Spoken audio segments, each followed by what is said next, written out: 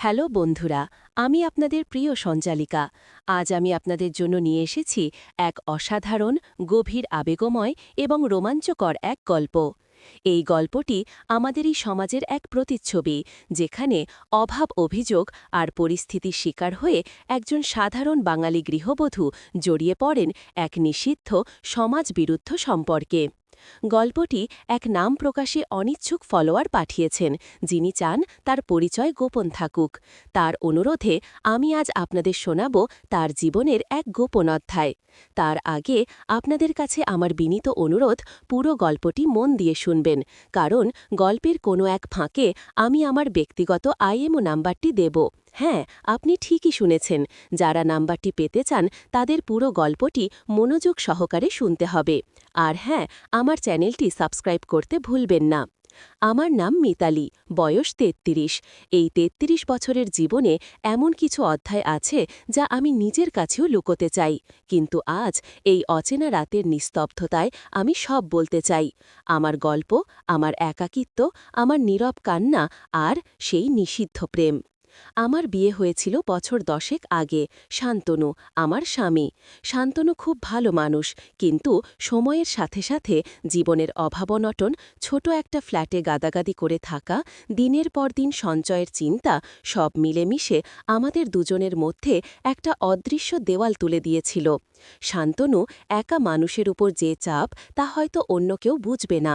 সে সারা দিন খেটে আসে, বাড়ি ফেরে ক্লান্ত হয়ে। আমাদের দুজনের কথা বলার সময়টুকুও কমে এসেছিল।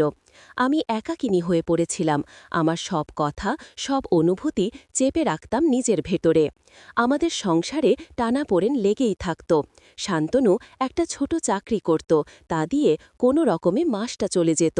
আমার শাড়ির আলমারি খালি, নতুন কিছু কেনার সাধ্য নেই, নিজের শখের কথা ভাবাই যেত না। অথচ আমার মনে হতো, জীবনে আর কিছু না হোক, একটুখানি আনন্দ, একটুখানি ভালোবাসার উষ্ণতা অন্তত থাকা উচিত। কিন্তু সেই অভাবটা যেন দিন দিন আরও প্রকট হয়ে উঠছিল। ঠিক এই সময়েই আমাদের বাড়িতে নতুন কাজের লোক আসে। তার নাম ছিল অরুণ, বছর ২৫-এর যুবক, ফর্সা, বেশ সুপুরুষ। প্রথম থেকেই সে খুব তাড়াতাড়ি মানিয়ে নিয়েছিল, খুব কাজের, সব সময় হাসি খুশি, বাড়ির সব কাজে তার জুরি মেলা ভার। শান্তনু অফিসের কাজে বাইরে গেলে অরুণই ছিল আমার একমাত্র সঙ্গী। প্রথমে আমি ওকে শুধু একজন কাজের লোক হিসেবেই দেখতাম, কিন্তু ধীরে ধীরে অরুণ আমার একাকিত্বের মাঝে এক ঝলক আলোর মতো প্রবেশ করল। একদিন আমি খুব অসুস্থ ছিলাম। শান্তনু সেদিন অফিসের কাজে বাইরে গিয়েছিল, ফিরতে দেরি হবে। আমি একা কিছুই করতে পারছিলাম না। অরুণ এসে আমাকে দেখে খুব চিন্তিত হয়ে পড়ল। নিজের হাতে আমার জন্য জল আনল, পথ্য তৈরি করে খাওয়ালো। সেই সময়ে ওর চোখের মধ্যে আমি এক অন্যরকম সহানুভূতি দেখেছিলাম। যে সহানুভূতি, যে উষ্ণতা আমি শান্তনুর কাছ থেকে অনেক দিন ধরেই পাচ্ছিলাম না, তা যেন অরুণ আমাকে উজাড় করে দিচ্ছিল। আমার মনটা একটু নরম হয়ে এলো। আমি ভাবলাম, এই ছেলেটা কত খেটে খায়, কত পরিশ্রম করে, আর আমি ঘরে বসে শুধু অভাবের চিন্তা করি। অরুণ যখন আমার পাশে বসে থাকত, আমার মাথায় হাত বুলিয়ে দিত, তখন মনে হতো জীবনের সব দুঃখ যেন কোথায় উধাও হয়ে গেছে। আমি যেন এক অন্য জগতে পৌঁছে যেতাম। সেই দিন থেকে আমাদের সম্পর্কটা একটু অন্যরকম হতে শুরু করল। অরুণ যখন আমার কাছাকাছি আসত, আমার হৃদস্পন্দন বেড়ে যেত। ওর চোখের দিকে তাকালে মনে হতো ও আমার সব না বলা কথাগুলো বুঝে ফেলে। ওর স্পর্শে আমি এক অদ্ভুত শিহরণ অনুভব করতাম।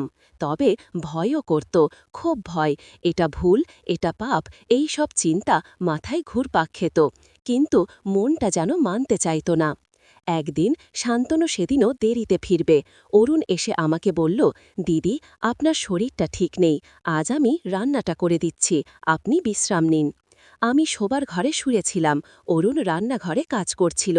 ওর পায়ের শব্দ, তরকারি রান্নার শব্দ, সব মিলিয়ে এক অন্যরকম পরিবেশ। হঠাৎ রান্নাঘর থেকে আমার ঘরে এলো, আমার পাশে বসল। ওর চোখে ছিল এক অদ্ভুত চাহানি। সে আমার দিকে তাকিয়ে বলল, দিদি, আপনি একা কেন এত কষ্ট পান? আপনার তো আনন্দ করা উচিত। ওর কথায় আমি চমকে উঠলাম। ওর হাতটা আমার হাতে এসে পড়ল। ওর হাতের স্পর্শে আমার সারা শরীর কেঁপে উঠল।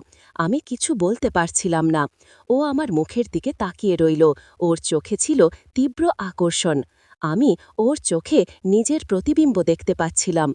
আমারও যেন তেমনই এক তীব্র আকাঙ্ক্ষা হচ্ছিল। ও আমার গালে হাত রাখল। ওর আঙ্গুলের আলতো স্পর্শে আমার শরীরে যেন বিদ্যুৎ খেলে গেল। আমি চোখ বন্ধ করে ফেললাম। মনে হলো আমি যেন এক অলীক রাজ্যে ভেসে চলেছি। আমার সব ভয়, সব দ্বিধা যেন উধাও হয়ে গেল। অরুণের নিঃশ্বাস আমার মুখে এসে লাগল। ওর উষ্ণ নিঃশ্বাস আমার ঠোঁটে স্পর্শ করল। আমি যেন দম বন্ধ হয়ে আসছিল। ওর ঠোঁট আমার ঠোঁটে এসে মিলল। সে এক অভূতপূর্ব অনুভূতি। আমার বহুদিনের চাপা আকাঙ্ক্ষা যেন পূর্ণ হচ্ছিল। আমি ওর মধ্যে নিজেকে হারিয়ে ফেলেছিলাম। ওর আলিঙ্গন আমাকে আরও কাছে টেনে নিল। ওর বুকে আমি আমার সব ক্লান্তি, সব কষ্ট ভুলে গেলাম। ও আমার কানের কাছে ফিসফিস করে বলল, মিতালি, তুমি আমার। আমার সমস্ত শরীর যেন অবশ হয়ে আসছিল। ওর প্রতিটা স্পর্শে আমি যেন নতুন করে জীবন পাচ্ছিলাম। ও আমার মুখের ওপর থেকে চুলগুলো সরিয়ে দিল। ওর চোখে ছিল আদিম এক নেশা। ওর চোখে ছিল শুধুই আমি, আর আমার চোখে ছিল শুধুই ও। ওর ঠোঁট নেমে এলো আমার ঘাড়ে। সেখানে ও আলতো করে চুমু খেল। আমার সারা শরীর কেঁপে উঠল। ওর স্পর্শ আমাকে পাগলের মতো করে দিচ্ছিল।